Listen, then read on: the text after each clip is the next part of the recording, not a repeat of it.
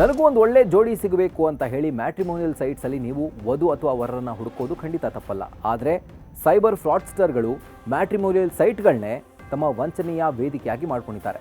ಹಾಗಿದ್ರೆ ಇಲ್ಲಿ ವಂಚನೆ ಹೇಗೆ ನಡೆಯುತ್ತೆ ಅಂತ ನೋಡ್ತಾ ಹೋದರೆ, ಮೊದಲನೇದಾಗಿ ಒಂದು ಫೇಕ್ ಪ್ರೊಫೈಲನ್ನು ಕ್ರಿಯೇಟ್ ಮಾಡ್ತಾರೆ. ಅಂದರೆ ಅದರಲ್ಲಿ ಇರುವಂತಹ ಡೀಟೇಲ್ಸ್, ಅವರ ಹೆಸರು, ಅವರ ಕಾಂಟ್ಯಾಕ್ಟ್ ನಂಬರ್, ಅವರ ಪೂರ್ವಾಪರ ಎಲ್ಲವೂ ಕೂಡ ಫೇಕ್ ಆಗಿರುತ್ತೆ. ಜೊತೆಗೆ ವಿದೇಶದಲ್ಲಿರುವಂತಹ ಪ್ರತಿಷ್ಠಿತ ಕಂಪನಿಯಲ್ಲಿ ಕೆಲಸ ಮಾಡ್ತಾ ಇದ್ದೀನಿ, ಲಕ್ಷ ಲಕ್ಷ ಸಂಬಳ ಬರುತ್ತೆ, ಈ ಥರ ಎಲ್ಲವೂ ಕೂಡ ಅವರು ನಿಮಗೆ ಆಸೆ ತೋರಿಸ್ತಾರೆ. ಸ್ವಲ್ಪ ದಿನದ ನಂತರ ಅವರು ವಾಟ್ಸ್ಆ್ಯಪ್, ವಿಚಾಟ್, ಹೈಕ್ ಇಂಥ ಆ್ಯಪ್ಗಳಲ್ಲಿ ನಿಮ್ಮ ಜೊತೆ ಚಾಟಿಂಗ್ ಕೂಡ ಮಾಡ್ತಾರೆ. ಅದು ಫಾರಿನ್ ನಂಬರ್ ಥರ ಇರುವಂಥ ನಂಬರನ್ನು ಬಳಸ್ಕೊಂಡು, ಅದು ಕೂಡ ಅವರು ಟೆಕ್ನಾಲಜಿ ಯೂಸ್ ಮಾಡಿ ಚೇಂಜ್ ಮಾಡ್ಕೊಂಡಿರ್ತಾರೆ. ಇಷ್ಟೆಲ್ಲ ಕ್ಲೋಸ್ನೆಸ್ಸನ್ನು ಅವ್ರು ಬೆಳೆಸ್ಕೊಂಡ್ಮೇಲೆ ಪ್ರೀತಿಯ ಸಂಕೇತವಾಗಿ ಒಂದು ಗಿಫ್ಟನ್ನು ಕಳಿಸ್ತಾ ಇದ್ದೀನಿ, ದಯವಿಟ್ಟು ರಿಸೀವ್ ಮಾಡ್ಕೊಳ್ಬೇಕು ಅಂತ ನಿಮಗೆ ಮತ್ತೊಂದು ಜಾಲ ಬೀಸ್ತಾರೆ.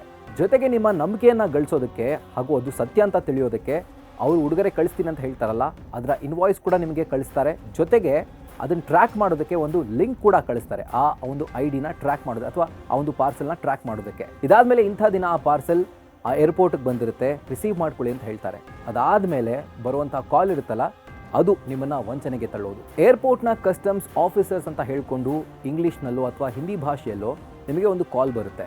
ಅದಾದಮೇಲೆ ಈ ಥರ ಒಂದು ಪ್ಯಾಕೇಜ್ ನಮ್ಮ ಹತ್ರನೇ ಇದೆ, ಸೊ ಇದನ್ನು ನಾವು ನಿಮಗೆ ರಿಲೀಸ್ ಮಾಡಬೇಕು ಅಂತಂದರೆ ನೀವು ಆ ಚಾರ್ಜ್ ಕಟ್ಟಬೇಕು, ಈ ಚಾರ್ಜ್ ಕಟ್ಟಬೇಕು ಅಂತೆಲ್ಲ ಹೇಳಿ ನಿಮ್ಮ ಹತ್ರ ಹಂತ ಹಂತವಾಗಿ ದುಡ್ಡನ್ನು ಕಳಿಸ್ಕೊಳ್ತಾರೆ, ಅಂದರೆ ಪೀಕ್ತಾರೆ. ಇದಾದಮೇಲೆ ಏನಾದರೂ ಡೌಟ್ ಬಂದು ನಿಮ್ಮ ಹಣ ನೀವು ವಾಪಸ್ ಕೇಳಿದಾಗ ಅವರು ಪ್ರೊಸೆಸಿಂಗ್ ಫೀ, ಆ ಚಾರ್ಜು, ಈ ಚಾರ್ಜ್ ಅಂತ ಹೇಳಿ ಮತ್ತೆ ಹಣವನ್ನು ನಿಮ್ಮಿಂದ ಪೀಕ್ತಾರೆ.